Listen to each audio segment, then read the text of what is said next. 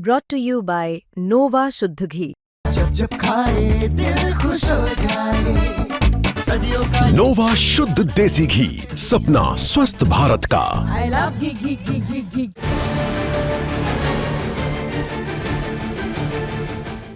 का गुरु का हाल बा पूर्वांचल की बात करेंगे, पूर्वांचल की बात में, और बात पूर्वांचल से निकले उस आवाज की जो बीजेपी को थोड़ी तो असहज कर सकती है। जी हाँ, इस वक्त उत्तर प्रदेश की राजनीति में चर्चा है जाति वाले फरमान की। जी, दीपक कुमार जो मुख्य सचिव हैं उत्तर प्रदेश सरकार के, उन्होंने हाई कोर्ट के आदेश के बाद एक लंबी चौड़ी लिस्ट जारी की है कि जाति के नाम पे क्या हो सकता है, क्या नहीं हो सकता।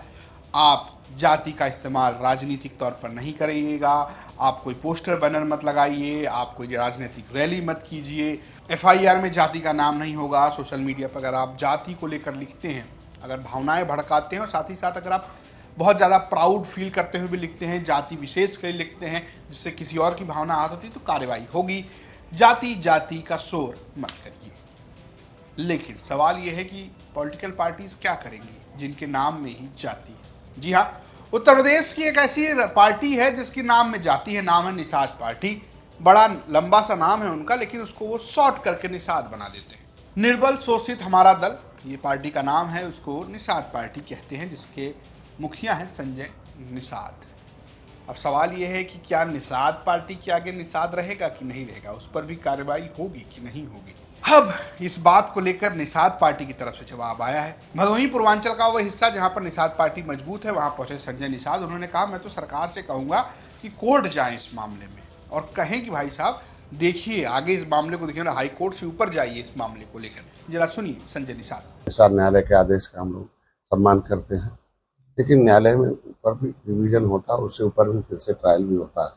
मैं सरकार से इस पर एक बार जरूर विचार करने के लिए कहूँगा कि न्यायालय में कि ये एक जातियों का गौरवशाली इतिहास रहा है और जाति प्रमाण पत्र देने का एक व्यवस्था संविधान में। अगर जाति प्रमाण पत्र देने का संविधान में व्यवस्था है, अगर इन जातियों पर रोक लगेगा तो सामाजिक न्याय मंत्रालय के हिसाब से ये लेदरमैन का हिस्सा, एक अभी जो अनुसूचित जाति का हिस्सा लेदरमैन खा गए अपनी संख्या से 100 गुना, तो और जातियों को हिस्सा लेने के लिए इकट्ठा होना ही पड़ेगा। नहीं इकट्ठा होंगे तो खाते रहेंगे, कुछ नहीं पाते रहेंगे। तो सुना संजय निषाद को आपने। अब बात तो संजय निषाद वैसे करते हैं घुमा फिरा कर, लेकिन चिंता तो है, क्योंकि जिस तरीके की पॉलिटिक्स हो रही है उसको लेकर कई किस्म के सवाल खड़े हो रहे हैं, और इस फरमान के बाद सभी नेता इसी तरीके की बात कर रहे हैं। अखिलेश यादव को सुनिए, वो ये कह रहे हैं कि भाई ये बताइए कि कार्रवाई तो आप करने की बात कह रहे हैं, लेकिन क्या उन पर भी कार्रवाई होगी जिन्होंने मेरा घर गंगा जल से धुलवा दिया, जो मेरे जाने के बाद मंदिर को गंगा जल से धुलवाते? जरा उनका भी ये बयान सुनिए। बताओ, सरकार अब जागी है जब स्वजाति लोगों को, वर्चस्ववादी लोगों को और ताकतवर लोगों को हर जगह बैठाया हुआ है। अगर आपका चैनल उन्हें सही चलाना है तो हो सकता है उस चैनल का हेड भी हटा दें। अखबारों के हेड तो हटे ही हटे हैं। तो ये जो 5000 साल पुरानी बातें थीं, उनको दूर कैसे करेंगे? बाबा साहब भीमराव अम्बेडकर जी को जाति की वजह से भेदभाव का सामना करना पड़ा। एनिमिलेशन ऑफ कास्ट उनकी जो किताब है, निबंध है, ऐसे वो पढ़ने लायक है कि किस तरीके जाति के आधार पर भेदभाव हुआ है, लोग अपमानित हुए हैं। डॉक्टर राम मनोहर लोहिया जिंदगी भर इस बात को कहते रहे कि जाति तोड़ो, समाज की व्यवस्था बने, और जाति तोड़ने का काम हो। नेताजी लगातार इस बात को करते रहे, संघर्ष करते रहे, हम सब लोग जोड़ते रहे। कभी बहुजन समाज के नाम पर हम सब लोग जुड़े एक साथ, और आज भारतीय जनता पार्टी पीडीए से घबरा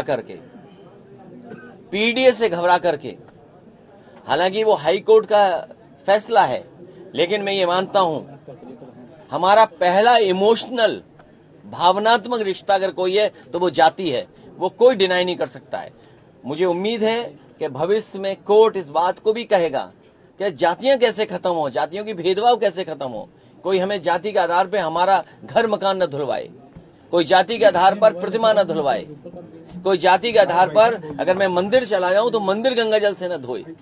हमें उम्मीद है कि ऐसे लोगों के खिलाफ भी कार्रवाई होगी जिन्होंने गंगा जल से किसी का घर धोया हो, मुख्यमंत्री आवास धोया हो, जाने के बाद मंदिर धोया हो।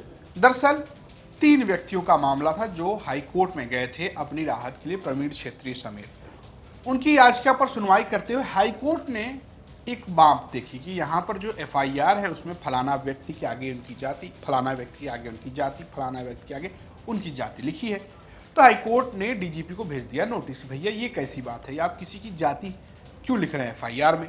इस पर निर्देश हुआ, आदेश हुआ, बात पहुंची सरकार के पास, सरकार ने उसको और बहुत सारे मामलों के साथ कंपाइल किया जो पुराने थे, जैसे कि जातिगत रैली नहीं हो सकती है, या आप कहिए कि आप मोटर व्हीकल एक्ट की बात कर लीजिए कि आप गाड़ियों पर कोई गुर्जर, राजपूत, ब्राह्मण, निषाद, राजभर इस तरीके के स्लोगन नहीं लिख सकते हैं, लिखेंगे तो कार्रवाई होगी। तो इसका बना दिया गया लिस्ट। इतनी लंबी चौड़ी लिस्ट हुई, इसकी राजनीति होने लगी। माना यह गया कि जिस तरीके से अखिलेश यादव पीडीए कर रहे हैं, शायद उसकी धार को कुंद करने का भी एक तरीका ये हो सकता है। अखिलेश यादव को आप देख ही रहे हैं, चंद्रशेखर आजाद भी इससे नाराज हैं। वो कह रहे हैं कि जब आदेश ही देना है तो आदेश दीजिए कि सबके नाम के आगे से जाति हटा दी जाए। जाति को लेकर खूब शोर मचा हुआ है। किस जाति का मुख्यमंत्री बनाया, इसके बड़े बड़े ढोलिये लोग पीटते हैं। हारने के बाद उप मुख्यमंत्री बनाया जाति के आधार पर कि इस जाति का वोट जो है अपने खेमे में ले सके। तो ये सब सामने है कि सरकार कथनी करनी। हालांकि मैं जातिहीन समाज का बड़ा समर्थक हूँ। मामला रामसु वर्मा जी की अर्जक संघ का मैं बड़ा समर्थक हूँ। फुले साहू अंबेडकर साहब के विचारों का समर्थक हूँ। तो इसलिए मैं तो संतराम बीए प्रजापति जी ने भी जो प्रयास किए, मैं उसमें एक कदम और आगे बढ़ाते हुए कहना चाहता हूँ कि अब समय आ गया जातिहीन समाज बने। तो राज्य सरकार से कुछ नहीं होगा, केंद्र सरकार कानून बना दे और माननीय सर्वोच्च न्यायपालिका उसको लागू कराए कि कोई व्यक्ति सरनेम नहीं यूज करेगा। ना आपके राहुल के सामने कुछ लगेगा, ना मेरे चंद्रशेखर के सामने कुछ ऐसा लगेगा जिससे पता लग सके कि मेरी जाति क्या है। भाजपा के एक सहयोगी दल है निषाद पार्टी, तो जब ये पता नहीं लगेगा तो इस जाति का प्रिविलेज ही खत्म हो जाएगा। इस बीच एक कार्ड भी निकाली है। कार्ड किसने निकाली है? कार्ड निकाली है राजकुमार भाटी। राजकुमार भाटी समाजवादी पार्टी के प्रवक्ता हैं और बीते कुछ दिनों से वो गुर्जर चौपाल कर रहे थे, गुर्जरों की राजनीति कर रहे थे।